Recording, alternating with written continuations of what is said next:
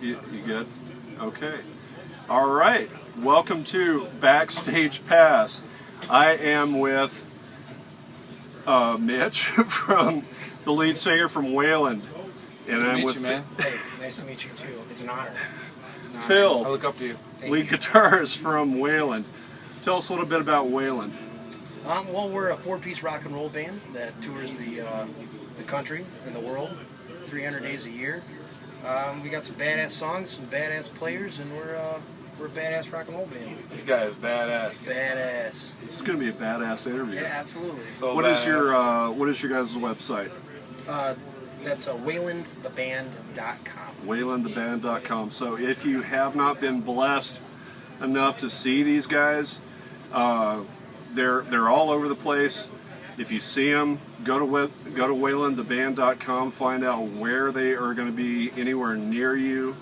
Save some money, go see them. They are more than worth it.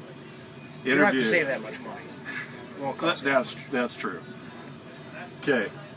What for you guys? What has been the most intimidating stage that you guys have played on? You know, we kind of see the stage as a home and as an opportunity. I think every day. Yeah. And we don't look at it as intimidating ever. I mean, the bigger the stage, the bigger the crowd, the smaller the stage. You know, every day is a different opportunity, no matter whether there are 20 people or 20,000 people.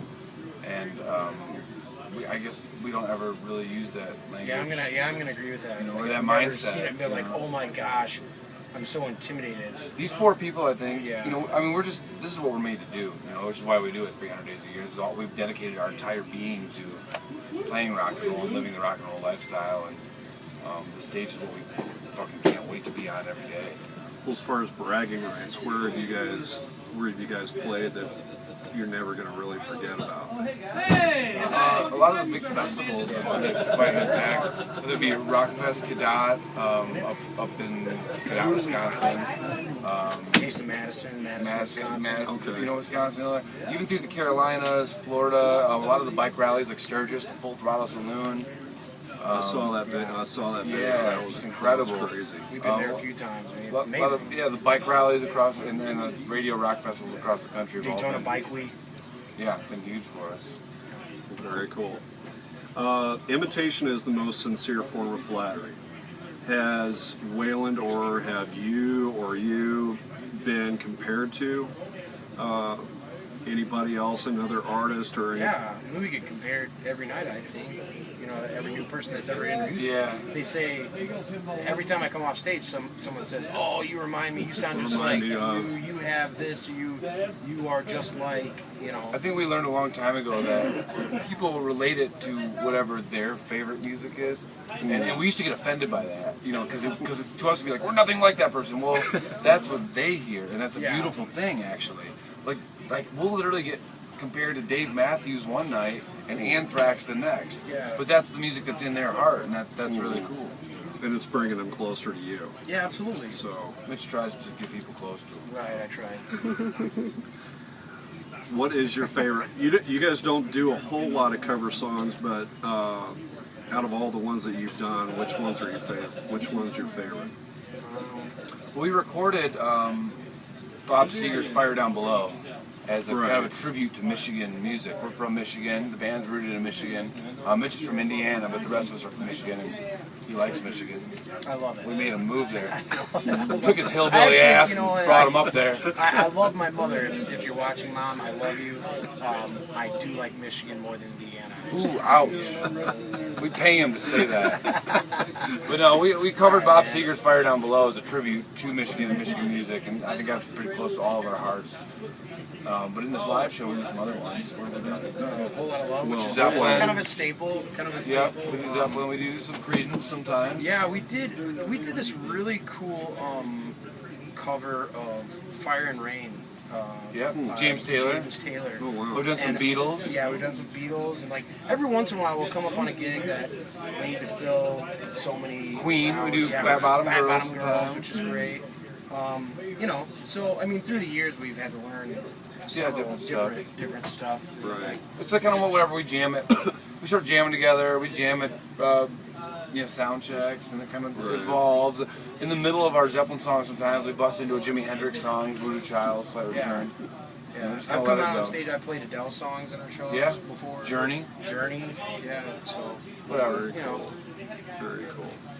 What item or items, non-musical, do you always have with you on the road? You. Gosh, I mean, He has a lot of accessories. What If would the Mitch you- Arnold doll came out, what accessories would it come with? Is it a bobblehead or is it a, tons of stuff. It's an action man. is it an action figure? Okay. Gosh, I don't know. Freedom Formula is one of Mitch's. Yeah, well, I work with a company called Freeman Formula, and they help me out with all my workout stuff, and they supply me with a bunch of supplements, which is cool. great. So I travel with a lot of that kind of stuff. I have probably a half a dozen notebooks between work and inspiration, so my bag is always full, and then I always accidentally acquire dozens of books when I'm out on the road. 'Cause Really? Dean and I always go to bookstores and stuff, and I find stuff that I like, and then I store it somewhere, and then I have to. What kind of books do you like? My favorite author is Stephen King, but I read a lot of different stuff. My brother gave me the full set of the Game of Thrones series Okay. over Christmas, and I just started that. I'm like halfway through the first book, which I really like. I'm a big reader, a Very big writer, cool. so a lot of pens. a I'm lot of paper. jealous. I'm jealous. I always wish that I was a reader, and I love books, but sometimes- it's hard for Where would you me. start, like C-Spot Run? Yeah, yes. That's the starting point. Yeah, or Mr. Fig. Big Red. Oh yeah, Red.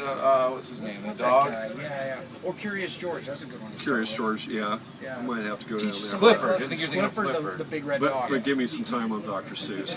I'm not ready for that. Well, it's deep stuff Yeah. It's never too late. That's what's important. True, It's never true. too late. to learn to read. Phil, what do you always have with you when you're on the road? I think my main accessory is unfortunately my iPhone, because I do a lot of the booking and management with the band, and so I spend a lot of time on my phone. I wish I didn't, but I do. Other than that, Necessary evil. I've been collecting a lot of essential oils that Mitch and I kind of share. yeah, and it's true, yeah. We trade oils for different things, and it's definitely played a big part in the quality of our lives. That is true. And I'm trying to think what else I kind of have with me all the time. I have like this satchel, this bag, and I keep capos and guitar tuners and slides and extra strings and all the guitar stuff, which is my favorite stuff. Little headphone amplifiers, and I'm always collecting stuff like that. Very cool. Very cool. Last one. What was the first song you heard today? What was the first song I heard today? I know mine was. Nigel and I had a big debate. Nigel's our stage manager, and we how did that come up? Well, we were talking about Kansas City, I think, and we got in a big debate over the band Head East and their big single. right. Oh, wow. And then we got a huge ordeal over it, and ended up playing it as loud on the bus in the front on the speakers, which is "Yeah, I get an erection." Yeah, what's that song? I think about you. Any reason or something like that? Anyway, Head East. Yeah. Any reason? Yeah. It sounds.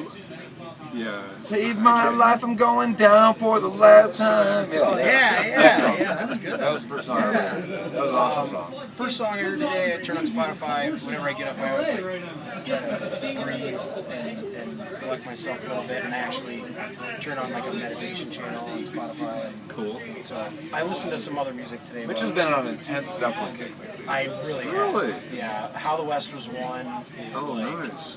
And I told Phil this the other day, if I want to listen to something like really rockin' and killer, I listen to Zeppelin. If I want to listen to like a beautiful ballad, I'm listening to Zeppelin. If I want to listen to something like in between that, I'm listening to Zeppelin. So I don't know, man. I just like, those guys are really talking to me right now. So.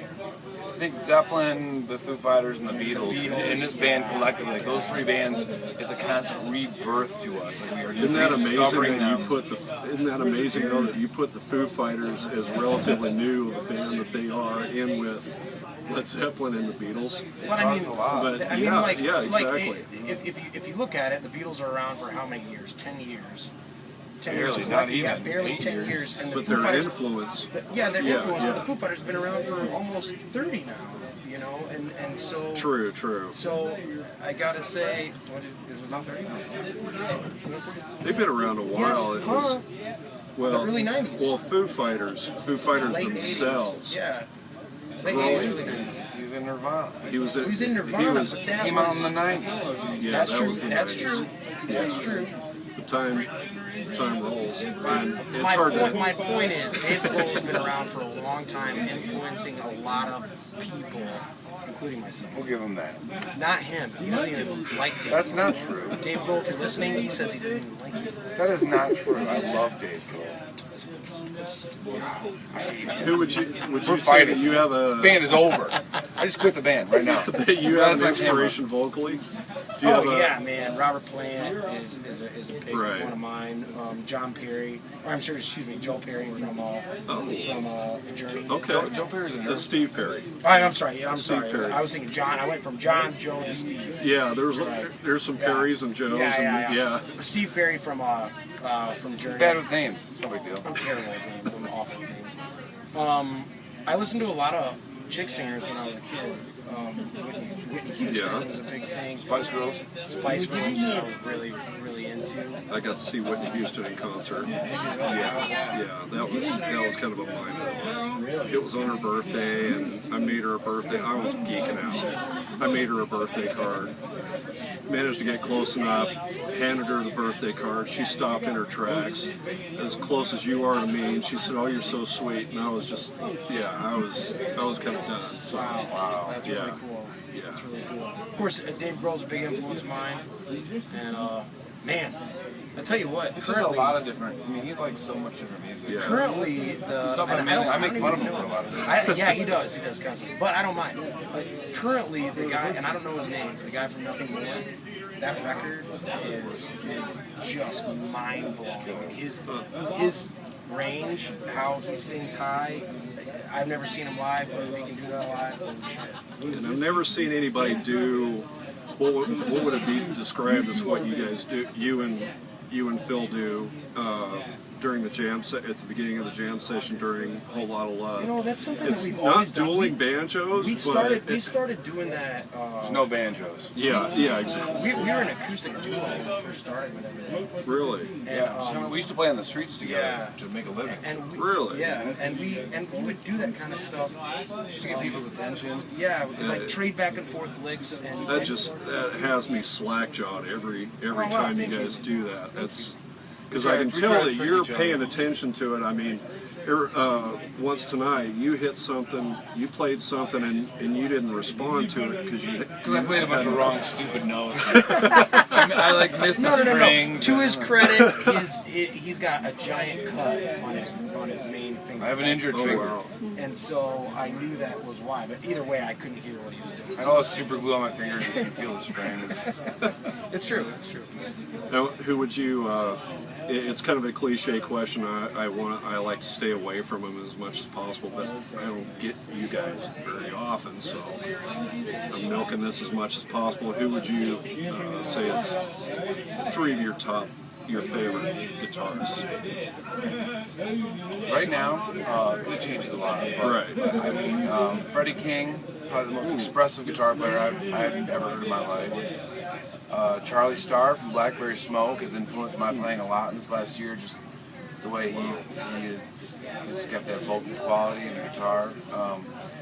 And John Mayer right now. I think probably the greatest living guitar player I can think of. But you know, I've over the years, man, Eric Clapton is like the biggest influence on me. And Jimi Hendrix and Jimmy Page and all those guys. I mean, those are like, I love all that guitar stuff. Both guitar stuff. Acoustic and electric. Joe Bonamassa, Joe Perry. Yeah, Bonamassa. God, love this stuff. Very cool. I will let you guys go. I appreciate your time. This has been BackStage Pass with Wayland. Half of Wayland.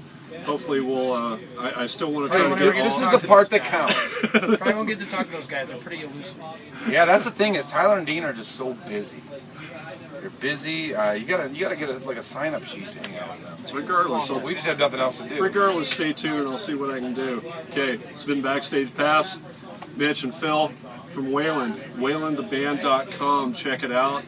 Subscribe to Backstage Pass if you see it, you like it. Subscribe to it. There's going to be more to come. Thank you.